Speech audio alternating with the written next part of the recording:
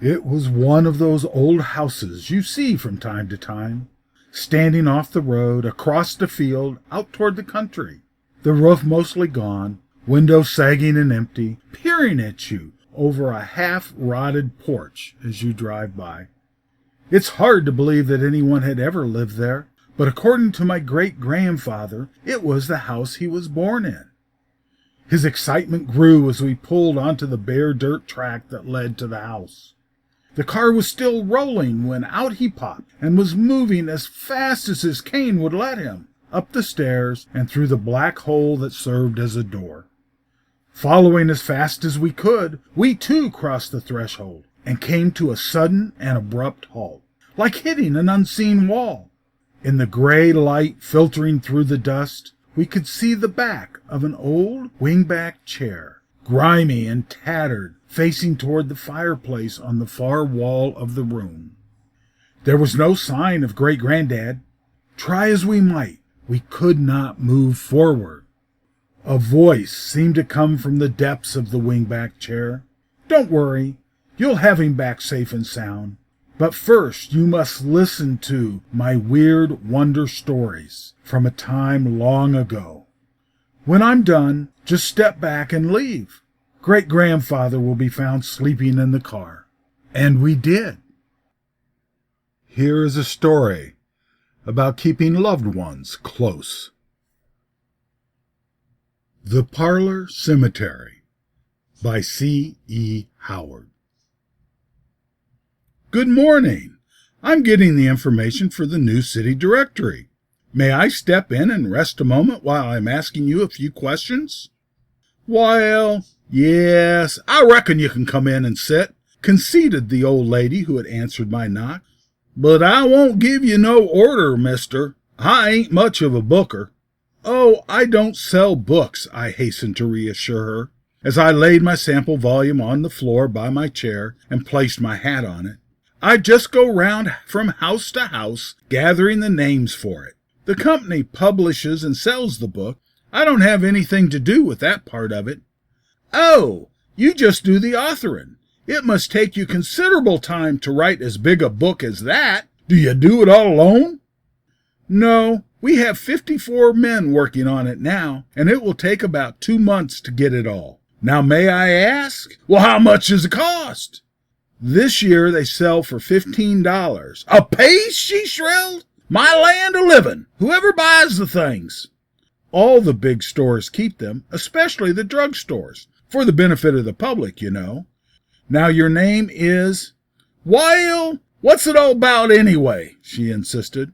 And what's it for? Is it a telephone dictionary? Something like that. It contains the names and addresses of everybody living in this city. And all the big establishments keep one so that if anyone wishes to find out where anyone else lives, they just go in some store and look in this directory, and there it is. Now, will you give me your name for the new book, please? My name?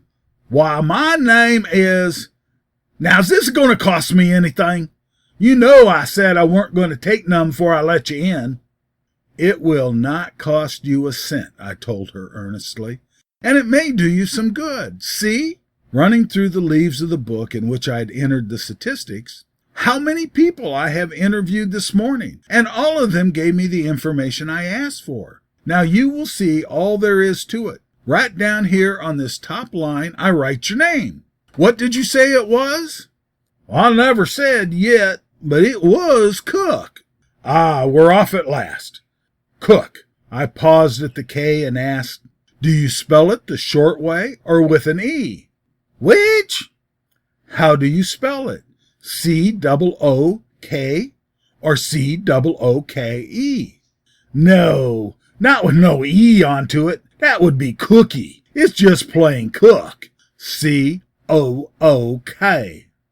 I was willing to let it go at that and wrote it down. And your first name now? My first name? I don't tell my first name to no strangers, especially men. I beg your pardon, but I'm not asking that from impertinence, Mrs. Cook, I explained carefully. We do not mean to pry into the people's personal affairs. Such things are of no concern to us. But you see, there are probably 100 or more cooks in this city, and if we didn't have their first names, there would be no telling them apart. All the ladies so far have told me their first names, I declared, holding my book toward her with the evidence. After peering at it intently for some time, she relaxed in her chair, reassured. Well, 'tain't no name to be 'shamed of, if 'tis old-fashioned. It's Ann. Ann. A-N-N. I spelled aloud to give her the chance to correct me if necessary. Thinking of the famous quarry connected with that name, and thankful I didn't have to ask her that too, I continued. You have a husband? No, not now. I've had him, though. Ah, a widow, then. That is, I presume your husband is not alive, Mrs. Cook? I essayed gently, avoiding, as always, the direct interrogation as to Grass' widowship. No, they all of 'em dead now. But, mister, my name ain't Cook. It's Hay. What? I exclaimed. Why, I understood you to say it was Cook. Well, you understood right. It was Cook. That's what you asked me, what it was. But it's Hay now. 'Bout 2 years after Cook went up in smoke, I married a feller named Hay, see? Oh, yes, I smiled cheerfully, and reversing my pencil, I endeavored to rub off the former husband's name. Of course, the flimsy paper tore. I yanked out the sheet and began again. Hay. Hay. I put down, writing lightly with an eye to more erasures or corrections. Just the plain short Hay, I presume. Yes, just the plain Hay. Not Timothy, nor alfalfa, or none of them fancy horse breakfast foods. My land, she broke out in astonishment. I should think the company'd get men to do this work that could spell. That is one of the things we are told to be most careful about, Mrs. Hay. We must always ask everybody's name and just how they spell it, even if we think we know. Often people having the same sounding name spell it differently, and if it goes in the directory wrong, they generally blame us. And now may I ask, I said sympathetically, recalling the peculiar way in which she had spoken of the late Mr. Cook's decease, did your former husband lose his life in a fire? Who, Cook? Oh, you mean what I mean when I spoke of him going up in smoke. No, he's plumb dead. I satisfied of that before he was burned. That's the way I had 'em all done. Kind of a habit I got into, I reckon. But seems to me 'twas a pretty good habit. That's Cook, second from the right-hand end, she said calmly, pointing to an object on the humble mantel, as though she was indicating a specimen in a museum. How? What? I gasped, as every hair on my head rose and tried to spring from its root cell. Why, I had all my husband's bodies consumed by fire. What do you call it? Cremated. For when they up and left me, and that's their ashes of all them up there in the dishes there. Seems to me that's the best way to do it with dead folk. Have your own cemetery right in your house where it's handy. It's specially nice when one moves around a good deal like I've done. I never could afforded to go on visiting here and there, that many graves scattered about in different states. Besides, it saves tombstones and the expense of taking care of the lots. Gradually I grasped the woman's meaning as she continued to rock back and forth and utter her placid Mrs. Jarley explanation. The men who had been so unfeelingly abrupt as to up and leave, this poor creature had evidently each in his turn been cremated, and now their ashes, side by side, served to adorn the mantel and comfort the heart of the faithful widow. Imperial Caesar, dead and turned to clay. I gazed at the row of assorted receptacles with awe, and back at the woman with feelings still more curious. Some folks thinks them kind of odd coffins, she continued, but I don't know what could be more appropriate. You see, I tried to have each one sort of represent either the man himself or his trade. Now, for instance, this one here, she explained, and rising, placing her hand on a small stone jar at the left end of the line. There were 5 of these unique memorials altogether. This was my first husband, John Marmaduke. The label on the crock, you'll notice, is Marmalade, and that's pert near his name. And then it comes almost describes his disposition, too. The grocer told me that Marmalade was a kind o' English jam, and John was kind o' sweet-tempered. for a man, so I thought one of them stone things would do fine to keep him in. This is William Thompson here, she continued, tapping a small tea caddy with her thimble. He was a teacher, and I always called him Mr. T. So when he departed, I thinks to myself, thinks I, one of them little chests the Chinamen pack tea in is just the ticket for you. T standing for both his name and his calling, do you see? I expressed my admiration for this delightful idea, and she proceeded with her cataloging. This third collection, in the fruit jar, is Mason. That was his name and his trade, and he belonged to that lodge, and that's the make of the jar. So considering all them facts, I don't know what could be a fitter tomb for him. Mason fell off a roof one day and broke his back, and though he lived 6 months somehow, he was never much count after that. He was a big man, weighed 225 for breakfast, and he made such a pile of ashes, spite their keeping him in the oven double time, that it took a gallon jar to hold his leavings. I had some quart jars on hand already, and expected to put him in one of them, but I never begrudged buying a bigger one, for he was always, or pert near always, generous with me, and then I knew I was saving an undertaker's bill anyhow. Now I wasn't altogether satisfied with the coffin I finally chose for cook, she said, looking at me doubtfully, as she motioned toward the small Japan tin bread box that was the next mortuary souvenir on the shelf.